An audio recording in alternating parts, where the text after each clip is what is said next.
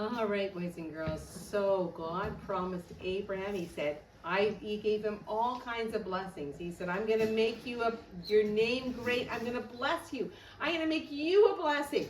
I'm going to bless those who bless you. I'm going to curse those who curse you. And in you, that's my favorite, all the nations of the world will be blessed.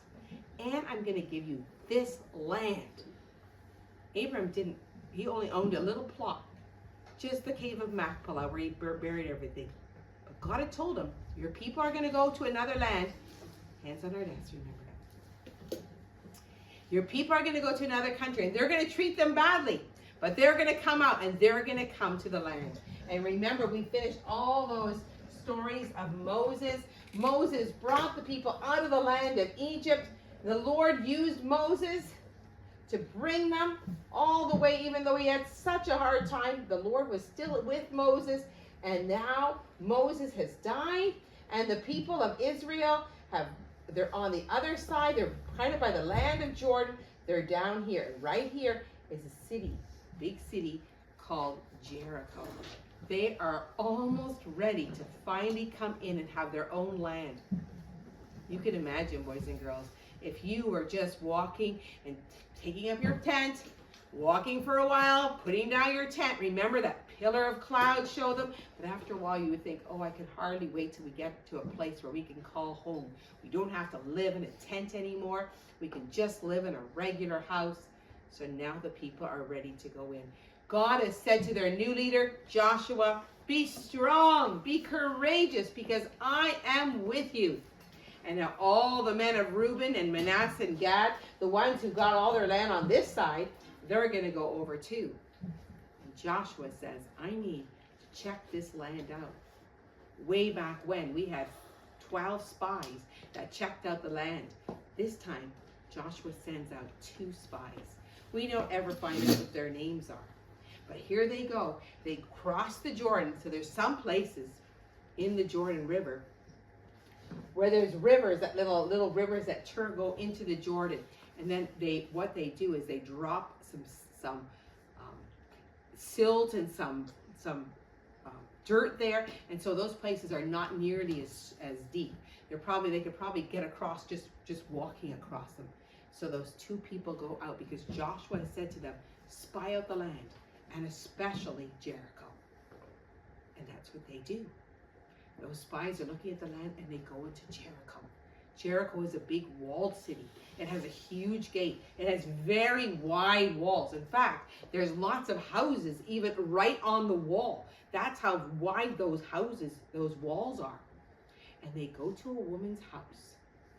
And that woman's name is Rahab. She has lived her whole life just living for herself. She doesn't know about the one true God. In fact, the Bible tells us that she did a lot of bad things. But now, something is happening to her. Her heart is being softened by the Lord. And those 2 men are in her house. But the king hears about it. And he hears the king of Jericho. He hears that those 2 men from the Israelites are in Rahab's house. And when Rahab finds out that people know, she says to those men, go to the top of the house and I'll hide you. So they lay down on the top of their houses because the house is flat. The roof is flat. And then what she does is she takes these big stalks of flax and she puts it right on top of it. So you can't even tell there are 2 men underneath. Sure enough, she has known that the people have heard that those 2 men came there, and there comes the messengers from the king. And they said, hey, we've heard that there's 2 men have come from you, from those Israelites. Where are they? And she said, oh, it's true. She said, 2 men did come here. I didn't know they were Israelites. I didn't know that. And they left. They went out. Just as it was getting dark, they slipped out of the gate just before you closed the gate for the night. Quick, go run after them. You'll probably find them. They haven't gone that long. So the people, the pursuers, the people that were chasing them, trying to find them, they left. And then Rahab, when she thought the coast was clear, she went on top of the roof. And she took those 2 men. She took the flax stalks and she said, listen, they have come The men, she said, they've come to find you, but I'll make sure that you don't. She said, I know that your God is a great God. She said, when we heard what God did to the Red Sea, and when we heard what you did to the land of beside the Jordan River, what you did to the land of Sihon and Og, our hearts melted. All the people are faint-hearted because of you, because I know that your Lord, your God, is the God of heaven and of earth. And now I pray you, we know you're going to conquer this land, but please, could you promise me that you'll be kind to me and my father? Please save my father and my mother and my brothers and my sisters and all that they have. Your word, your life for our life, said the two men.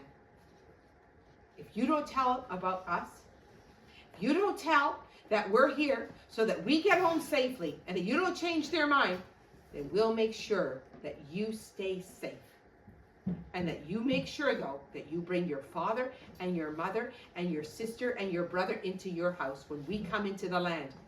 And they said, so she was going to take them out by a great big rope that came out of her, from her window, down the side of the wall. It was a big rope that they could kind of shimmy down, and it was scarlet. It was bright red. And they said, make sure you hang this rope, this scarlet rope, out of your window.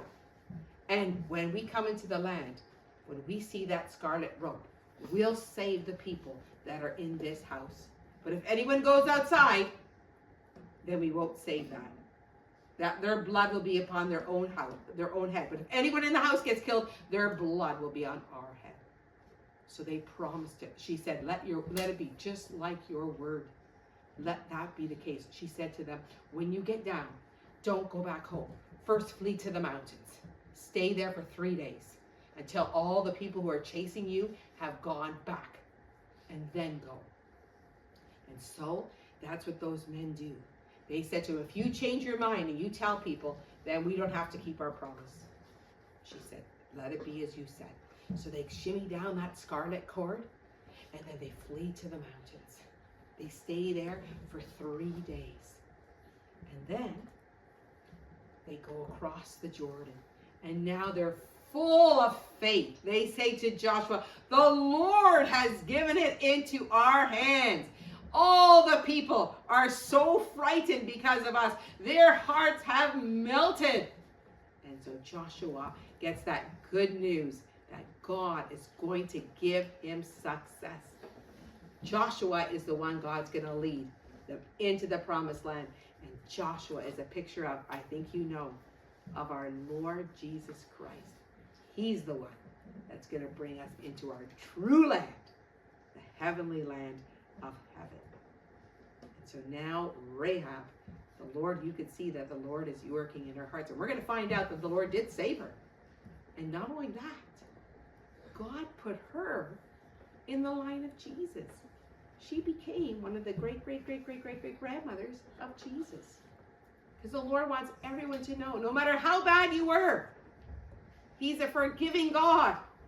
And He loves to forgive. And not only forgive, but give you great, great riches. And that's the end of the story.